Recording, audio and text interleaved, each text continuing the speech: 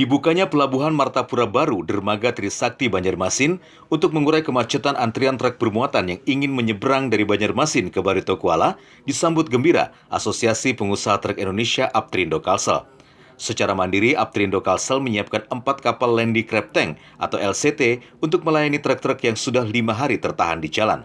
Bukan merugikan lagi Pak, sangat terganggu, artinya apa? Driver kami bisa 4 atau 5 hari baru bisa nyebrang. Di samping waktu, tambah itu juga biaya juga cukup tinggi. Makanya kami pihak dari Aptrindo sebetulnya mengusulkan harus ada jalur laut dari Jembatan Barito menuju Pelabuhan Martapura Baru. Kalau ini kita tidak lakukan, kemacetan nggak akan bisa terurai. Percaya dengan kita.